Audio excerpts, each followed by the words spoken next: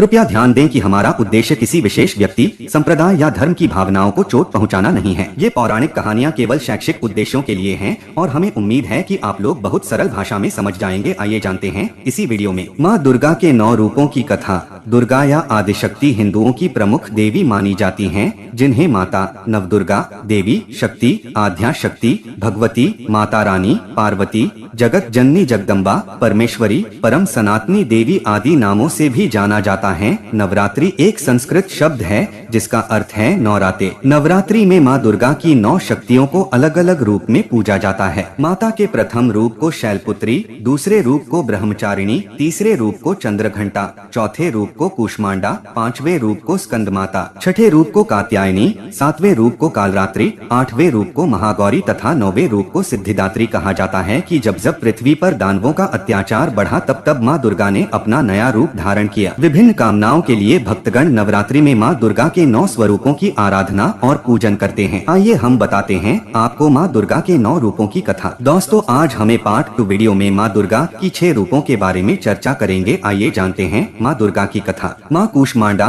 कूष्मांडा शब्द 2 शब्दों यानी कुसुम मतलब फूलों के समान हंसी और आंड का अर्थ है ब्रह्मांड, अर्थात वो देवी जिन्होंने अपनी फूलों सी मंद मुस्कान से पूरे ब्रह्मांड को अपने गर्भ में उत्पन्न किया है। कहा जाता है कि जब सृष्टि का अस्तित्व नहीं था तब कूष्मा देवी ने ब्रह्मांड की रचना की थी, इसीलिए इन्हें सृष्टि की आद्य शक्ति के रूप में जाना जाता है। कूष्मांडा माता का रूप बहुत ही शांत, सौम्य और मोहक माना जाता है। इनकी 8 भुजाएं हैं, इसीलिए इनको अष्टभुजा भी कहते हैं। इनके 7 हाथों में कमंडल, धनुष, बाण, फल, पुष्प, अमृत, कलश, चक्र, गदा है। 8वें हाथ में सभी सिद्धि को देने वाली जप की माला है। कूष्मांडा माता का वाहन सिंह है। कूष्मांडा माँ सूर्य से संबंधित दोषों को ठीक करती हैं। जिन जातकों की कुंडली में सूर्य नीच का हो उन्हें माँ कूष्मांडा की पूजा से लाभ होता है। माँ कूष्मांडा की कथा। पौराणिक कथा के अनुसार जब सृष्टि नहीं थी, चारों तरफ अंधकार ही अंधकार था, तब इसी देवी ने अपने ईशत हास्य से ब्रह्मांड की रचना की थी, इसीलिए इसे सृष्टि की आदि स्वरूपा या आदिशक्ति कहा गया है। इस देवी का वास सूर्यमंडल के भीतर लोक में है। सूर्य लोक में रहने की शक्ति क्षमता केवल इन्हीं में है, इसीलिए इनके शरीर की कांति और प्रभा सूर्य की भांति ही दैदीप्यमान है। इनके ही तेज से 10 दिशाएं आलोकित हैं। ब्रह्मांड की सभी वस्तुओं और प्राणियों में इन्हीं का तेज व्याप्त है। अचंचल और पवित्र मन से नवरात्रि के चौथे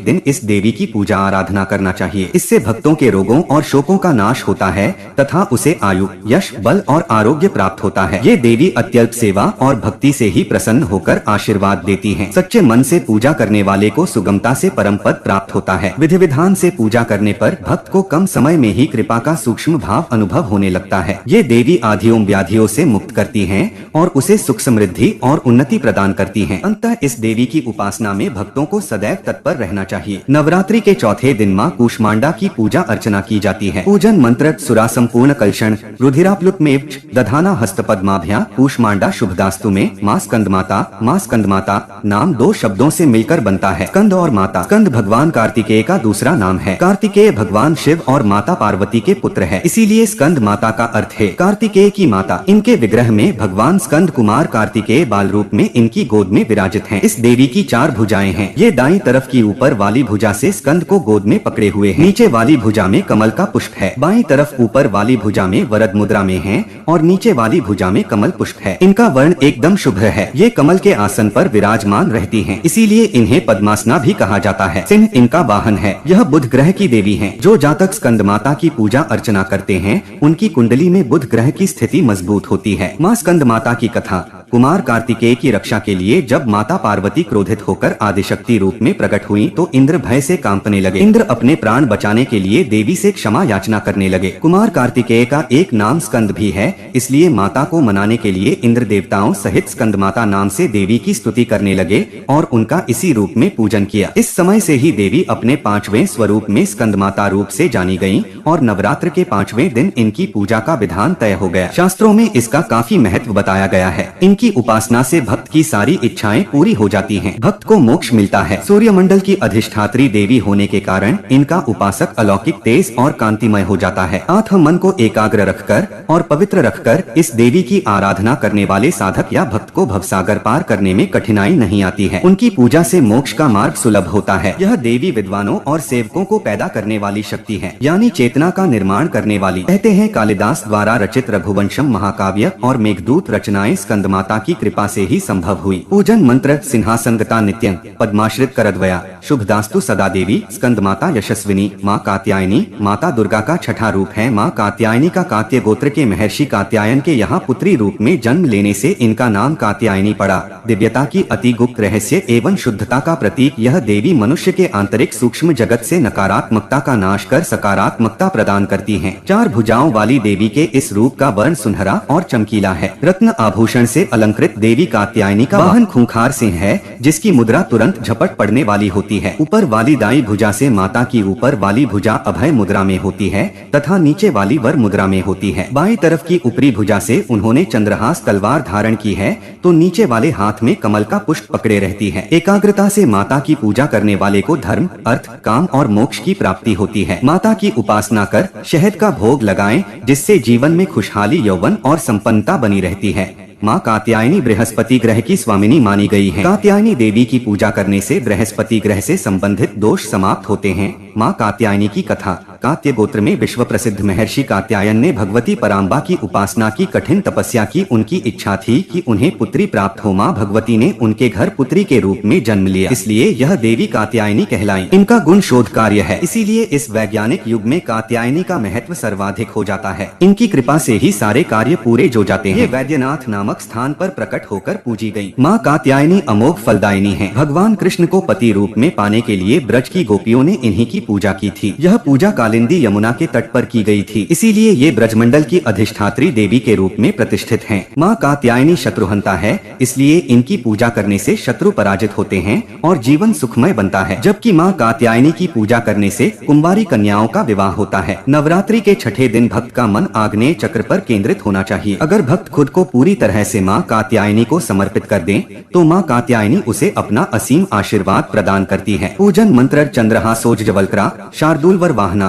कात्यायनी शुभं दद्यात् देवी दानवघातिनी माँ कालरात्रि। कालरात्रि काल अर्थ मृत्यु होता है और रात्रि का अर्थ अंधकार होता है। इसका प्रकार कालरात्रि का अर्थ हुआ काल का नाश करने वाली, भय से मुक्ति प्रदान करने वाली देवी कालरात्रि की पूजा हम नवरात्रि के 7वें दिन करते हैं। इनकी पूजा से प्रतिकूल ग्रहों द्वारा उत्पन्न दुष्प्रभाव और बाधाएं भी नष्ट हो जाती हैं। माता का यह रूप उग्र एवं भयावह है, लेकिन अपने भयावह रूप के बाद भी यह भक्तों को शुभ फल प्रदान करती हैं। ये देवी काल पर भी विजय प्राप्त करने वाली हैं। माँ कालरात्रि का वर्ण घोर अंधकार की भांति काला है। बाल बिखरे हुए हैं तथा अत्यंत तेजस्वी 3 नेत्र हैं। इनके गले में बिजली की चमक जैसी माला भी होती है। माँ के 4 हाथों में से 2 हाथ अभय मुद्रा और वर मुद्रा में होते हैं तथा शेष दोनों हाथों में चंद्रहास, खड़क अथवा हंसिया एवं नीचे की ओर वज्र कांटेदार कटार होती है। माता के तन का ऊपरी भाग लाल रक्तिम वस्त्र से एवं नीचे का भाग बाघ के चमड़े से ढका रहता है। इनका वाहन गर्दभ गधा होता है। नवरात्रि के 7वें दिन माँ कालरात्रि की पूजा अर्चना की जाती है। माँ कालरात्रि की पूजा करने से शनि दोष समाप्त होता है। माँ कालरात्रि की कथा के अनुसार दैत्य शुंभ निशुंभ और रक्तबीज ने तीनों लोकों में हाहाकार मचा रखा था। इससे चिंतित होकर सभी देवतागण शिव जी के पास गए। शिव जी ने देवी पार्वती से राक्षसों का वध कर अपने भक्तों की रक्षा करने को कहा। शिव जी की बात मानकर पार्वती जी ने दुर्गा का रूप धारण किया और शुंभ निशुंभ का वध कर दिया। परंतु जैसे ही दुर्गा जी ने रक्तबीज को मारा, उसके शरीर से निकले रक्त से लाखों रक्तबीज उत्पन्न हो गए। इसे देख दुर्गा जी ने अपने तेज से कालरात्रि को उत्पन्न किया। इसके बाद जब दुर्गा जी ने रक्तबीज को मारा तो उसके शरीर से निकलने वाले रक्त को कालरात्रि ने अपने मुख में भर लिया और सबका गला काटते हुए रक्तबीज का वध कर दिया। इनका रूप भले ही भयंकर हो, लेकिन ये सदैव शुभ फल देने वाली माँ है, इसीलिए ये शुभंकरी कहलाई। अर्थात इनसे भक्तों को किसी भी प्रकार से भयभीत या आतंकित होने की कतई आवश्यकता नहीं। उनके साक्षात्कार से भक्त पुण्य का भागी बनता है। कालरात्रि की उपासना करने से ब्रह्मांड की सारी सिद्धियों के दरवाजे खुलने लगते हैं और तमाम असुरी शक्तियाँ उनके नाम के उच्चारण से ही भयभीत होकर दूर भागने लगती हैं। इसलिए दानव, दैत्य, राक्षस और भूत प्रेत उनके स्मरण से ही भाग जाते हैं। अंधकारमय स्थितियों का विनाश करने वाली शक्ति है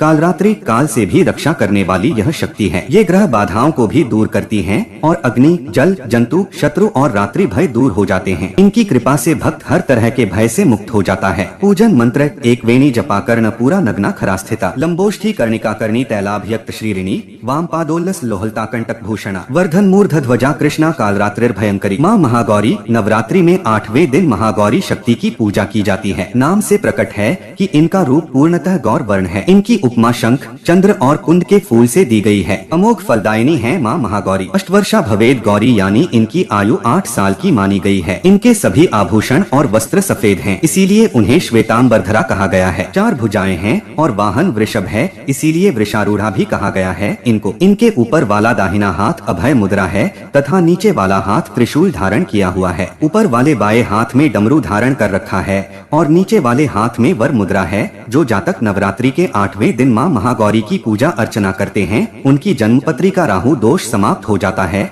माँ महागौरी की कथा। इनकी पूरी मुद्रा बहुत शांत है। पति रूप में शिव को प्राप्त करने के लिए महागौरी ने कठोर तपस्या की थी। इसी वजह से इनका शरीर काला पड़ गया, लेकिन तपस्या से प्रसन्न होकर भगवान शिव ने इनके शरीर को गंगा के पवित्र जल से धोकर कांतिमय बना दिया। उनका रूप गौर वर्ण का हो गया, इसीलिए ये महागौरी कहलाई। ये अमोघ फलदायिनी है और इनकी पूजा से भक्तों के तमाम कलमश धुल जाते हैं, पूर्व संचित पाप भी नष्ट हो जाते हैं। महागौरी का पूजन अर्चन, उपासना, आराधना कल्याणकारी है। इनकी कृपा से अलौकिक सिद्धियां भी प्राप्त होती हैं। नवरात्रि के 8वें दिन माँ महागौरी की पूजा करने का प्रचलन है। माँ महागौरी राहु की स्वामिनी मानी जाती हैं। जो जातक नवरात्रि के 8वें दिन माँ महागौरी की पूजा अर्चना करते हैं, उनकी जन्मपत्री का राहु दोष समाप्त हो जाता है। पूजन मंत्र श्वेते वृषे समारूढ़ा श्वेतांबरधरा शुचि महागौरी शुभं दद्यात् महादेव प्रमोदाद माँ सिद्धिदात्री। सिद्धिदात्री इसका अर्थ है सर्व सिद्धि देने वाली। माँ दुर्गा जी की 9वीं शक्ति को सिद्धिदात्री माता के रूप में पूजा जाता है। नवरात्रि के अंतिम दिन देवी सिद्धिदात्री की पूजा होती है। ये देवी सभी सिद्धियों को प्रदान करने वाली हैं। पुराणों में यहाँ तक बताया गया है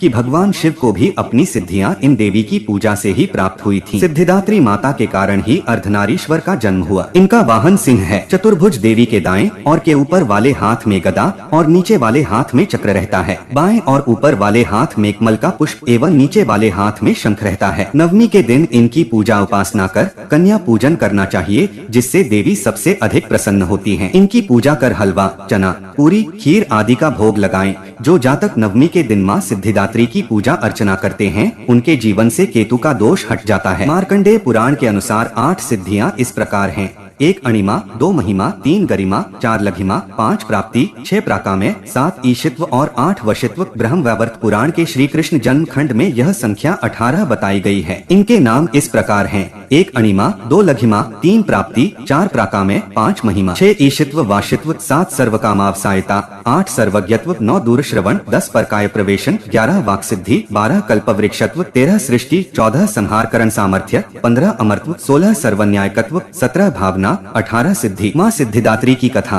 पुराणों के अनुसार भगवान शिव ने माँ सिद्धिदात्री की पूजा करके सभी प्रकार की सिद्धियों को प्राप्त किया था। उनका आधा शरीर स्त्री का हो गया था, इसीलिए उन्हें अर्धनारीश्वर के नाम भी जाना जाता है। एक समय पे जब सृष्टि में अंधकार छा गया था, तब एक दिव्य शक्ति ने जन्म लिया, जो महाशक्ति के अलावा कोई नहीं थी। देवी शक्ति ने ब्रह्मा, विष्णु और महादेव की त्रिमूर्ति को जन्म दिया और तीनों को दुनिया के लिए अपने कर्तव्यों को निभाने के लिए अपनी भूमिकाओं को समझने की सलाह दी। उनके कहे अनुसार त्रिदेव एक महासागर के किनारे बैठ गए और कई वर्षों तक तपस्या की। तब माँ देवी ने सिद्धिदात्री के रूप में उन्हें दर्शन दिए और तीनों को अपनी शक्तियों के रूप में पत्नियां दी, ताकि वो लोग उनकी मदद से सृष्टि रचना का कारोबार कर सके। और धीरे धीरे सृष्टि में सब कुछ निर्माण हुआ। इस तरह माँ सिद्धिदात्री की कृपा से सृष्टि की रचना, पालन, संहार का कार्य संचालित हुआ। पूजन मंत्र सिद्ध गंधर्व यक्षाद्यैर सुरैर्मरैर्पी सेव्यामाना सदा भूयात् सिद्धिदा सिद्धिदायिनी।